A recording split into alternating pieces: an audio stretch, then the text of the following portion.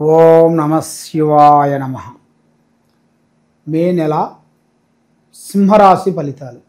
ఈ మే నెలలో అదృష్టము, జీవితము, లలాటకము, యోగము, నక్షత్రము, స్థానబలము, పూజ బలము. కాబట్టి మీకు విద్యార్థులందరికీ మంచి విద్య, మంచి తెలివి, ఆలోచన, పెద్ద పెద్ద కార్యక్రమాలు, అభివృద్ధి అయ్యే మార్గాలు కూడా కనపడుతున్నాయి. మరి ఉద్యోగదారులకి మంచి ఉద్యోగ విశేషాలు, కొన్ని పెద్ద పెద్ద ప్రమోషన్లు, ఈ నెలలో అద్భుతమైన విజయాలు అనేది కనబడుతున్నాయి. మరి వ్యాపారదారులకి కొన్ని కార్యక్రమాలు కొన్ని బ్రేక్ అయిపోయిన దానివలన మళ్ళా వాళ్ళకి ఒక డెవలప్మెంట్ కావడానికి వాళ్ళు కొత్త బిజినెస్లు స్టార్ట్ చేయాలి. కొత్త బిజినెస్లు అనగా వీళ్ళు చేసేది కాకుండా ఇంకా వేరే దాని గురించి స్టార్ట్ చేయాలి. మరి వేరే దాన్ని స్టార్ట్ చేసిన దాని వలన వాళ్ళకి అద్భుతమైన విజయాలను పొందే మార్గాలు కూడా కనబడుతున్నాయి. మరి ఈ సింహరాశి ఉండవలసిన వాళ్ళందరికీ రాహు అనుగ్రహం అనేది చాలా వరకు కనబడుతుంది. మరి రాహు అనుగ్రహం అనగా వీళ్ళకి ఆ రాహు అనుగ్రహం అంటేనే విదేశాల ప్రయాణం.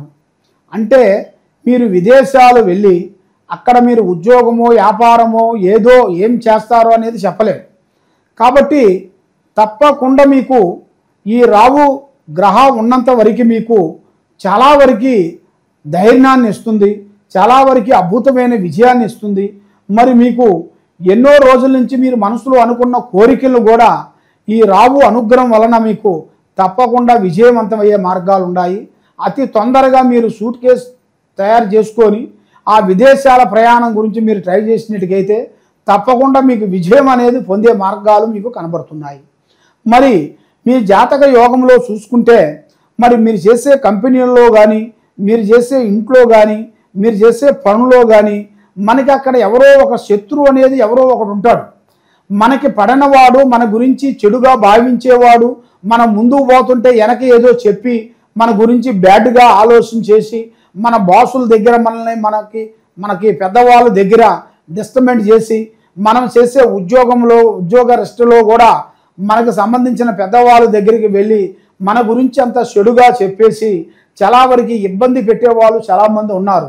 వాళ్ళు కూడా ఈ నెలలో తప్పకుండా శత్రువు నాశనం అనేది మీకు తప్పకుండా క్లీన్ అయిపోతుంది. ఆ శత్రువు నాశనం వలన వాళ్ళు చేసే కంపెనీల్లో కానీ, వాళ్ళు చేసే పనుల్లో కానీ తప్పకుండా మారిపోవటం కానీ, లేదా వాళ్ళ కంపెనీ లాస్ కావటం కానీ, లేదా వాళ్ళ కంపెనీ నుంచి మళ్ళీ ఇంక వేరే కంపెనీకి వెళ్ళిపోవటం కానీ, లేదా అదే కంపెనీలో అదే ఉద్యోగం చేసుకుంటూ ఆ ప్రేమతో మళ్ళీ మిమ్మల్ని దగ్గరికి వచ్చి కలుసుకొని అభిమానంగా ఉండాల్సిన టైం కూడా దగ్గరలోనే కనబడుతుంది. మరి ఆ భగవంతుడు దయ వలన మీకు తప్పకుండా అన్ని విధానాలుగా మీకు విజయవంతమయ్యే మార్గాలు కొన్ని కనబడుతున్నాయి. మరి ఈ నెలలో పెళ్ళిళ్ళు కానీ, గృహప్రవేశాలు కానీ, మీకు కొత్త పనులు కానీ కొన్ని అతి దగ్గరలో కూడా మీకు కనబడుతున్నాయి. అది మీరు అనుకోకుండా అకస్మాత్తుగా కొన్ని కార్యక్రమాల వలన పెద్ద పనులతో, పెద్ద కార్యక్రమాలతో అభివృద్ధిగా వచ్చే మార్గాలు కూడా కొన్ని ఉన్నాయి. అవి మీకు తప్పకుండా ఆ భగవంతుడు అనుగ్రహంతో విజయవంతమయ్యే మార్గాలు ఉన్నాయి. కాబట్టి వైవాహిక జీవితంలో చూసుకుంటే భార్యాభర్తల మధ్యలో కొన్ని సమస్యలు ఎక్కువగా కనబడుతున్నాయి. ఏ పని చేసినా, ఏ కార్యక్రమం చేసినా వాళ్ళ భార్యాభర్తల మధ్యలో కొంత పట్టుదల అనగా నా మాటే నెగ్గాలి, నేను ఉద్యోగం చేస్తున్నా కాబట్టి నువ్వు నా మాటే వినాలి, నువ్వు ఉద్యోగం చేయటం లేదు కదా, కాబట్టి నేనే చేస్తున్నాను కాబట్టి ఈ కుటుంబ బాధ్యత నా మీదే పడింది కాబట్టి నా మాటే నెగ్గాలని వాళ్ళ ఇంట్లో కొన్ని లేనిపోయిన సమస్యలు పెట్టుకొని సికాకులతో కొంచెం దూరం అయిపోతుంటారు. అలాంటి సమస్యలో ఉండవలసిన వాళ్ళకి ఒక మంచి టైము, ఒక మంచి యోగము ఒకటి దగ్గరలోనే రాబోతుంది. ఆ భగవంతుడు దయ వలన మీకు కొన్ని కోర్టు సమస్యలు కానీ, భూమి సమస్యలు కానీ, ఆర్థిక ఇబ్బందులు కానీ, కొన్ని సమస్యలు తీరాల్సిన టైము అతి దగ్గరికి వచ్చింది. మరి ఈ సింహరాశి వాళ్ళు ఏ విషయమైనా కానీ అన్ని విషయాలలో కూడా వీళ్ళు లెక్క చేయరు. సీఎం వచ్చినా, పిఎం వచ్చినా, ఎవరు వచ్చినా కూడా ఏ మాట అంటే ఆ మాట వదిలేస్తుంటారు. మనసులో ఒక మాట బయట ఒక మాట మాట్లాడే మనస్తత్వం కాదు. ఏదైనా సరే యథార్థంగా మాట్లాడతారు, ఓపెన్గా ఉంటారు, యథార్థంగా ఉంటారు. కాబట్టి ముక్కుసూటిగా మాట్లాడుతుంటారు. దానివల్ల వీళ్ళకి నష్టం వచ్చేస్తుంటుంది. ఆ ముక్కుసూటిగా మాట్లాడిన దాని వలన వీళ్ళకి లేనిపోయిన సికాకులు, ఇబ్బందులు, కొన్ని ఎదురయ్యే మార్గాలు కూడా వీళ్ళ జాతక యోగంలో కూడా చాలా వరకు కనబడుతుంది. మరి వీళ్ళ జాతక విధానంలో చూసుకుంటే ప్రేమ సమస్యల్లో చూసుకుంటే మరి ఎన్నో రోజుల నుంచి వీళ్ళు ప్రేమిస్తుంటారు. మరి ఆ ప్రేమకి ఒక అడ్డు, ఒక అంతు, ఒక పొంతు అనేది ఉండదు. కాబట్టి దానికంటూ ఒక టైం అనేది వచ్చేసింది. ఆ టైం వచ్చింది కాబట్టి మీరు కొంత జాగ్రత్త పడాలి. ఎవరంటే వాళ్ళని నమ్మకూడదు, ఎవరంటే వాళ్ళని ప్రేమించకూడదు. ఏ కార్యక్రమం చేసినా కూడా మనకంటూ పెద్దవాళ్ళు ఉంటారు, మనకన్నా సీనియర్లు ఉంటారు. మరి మనకన్నా సీనియర్ని పట్టుకొని మరి ఏమి చేయాలి, ఎలా ఉండాలి, ఎలా పోవాలి, ఎట్లా పోవాలి అనేది మనం తెలుసుకొని మరి అది తెలుసుకునేట్టుకైతే ఆ భగవంతుడు దయ వలన మీకు తప్పకుండా మీకు విజయవంతమయ్యే మార్గాలు కూడా కొన్ని కనబడుతున్నాయి.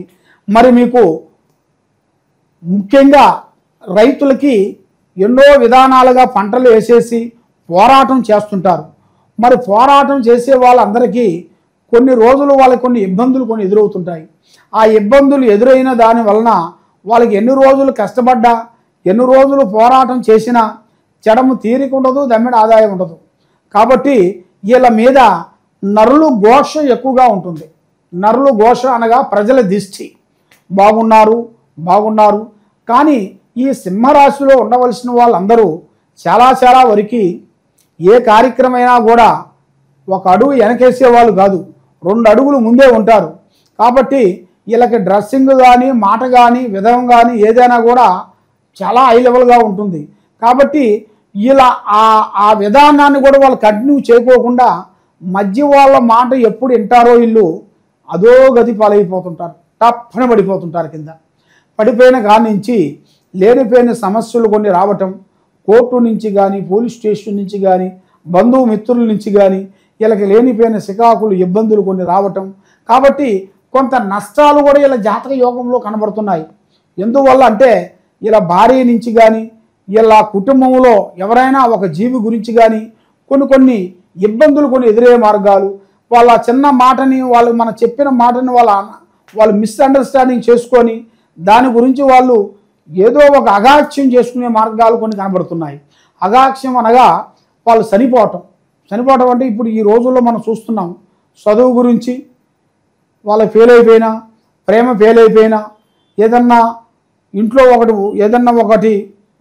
దూరం అయిపోయినా కూడా వాళ్ళు ఏం చేస్తుంటారు, ఒక మందు తాగటమో, లేదా ఒక డబ్బు నష్టమైనా, లేదా ఒక బెట్టింగ్లో వాళ్ళు కట్టి డబ్బులు నష్టమైపోయినా కూడా ఏం చేస్తుంటారు, ఇక అయిపోయింది నా జీవితం అనుకొని వాళ్ళు ఏదో ఒక మందు తాగటమో, ఉరేసుకోవటమో అలాగ చనిపోతుంటారు.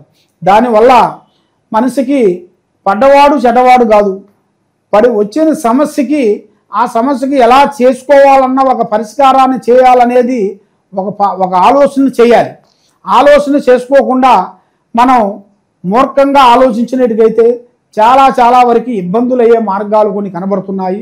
కాబట్టి మీరు ఎన్నో రోజుల నుంచి దైవ పూజ చేస్తున్నారు. ఏ దైవ పూజ చేసినా మీకు విజయవంతం ఉండలేదు.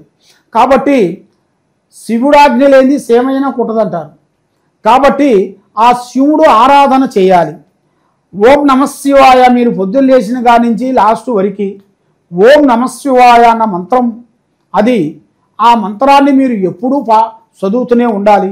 ఆ ఓం నమశివాయ దయ వలన మీకు తప్పకుండా ఆ శివయ్య పారాధన చేయండి, ఆ శివయ్య పూజలు చేయండి. ఆ శివ గుడికి వెళ్ళి మీరు శివాలయానికి వెళ్ళి కొన్ని ప్రదర్శనలు చేయండి.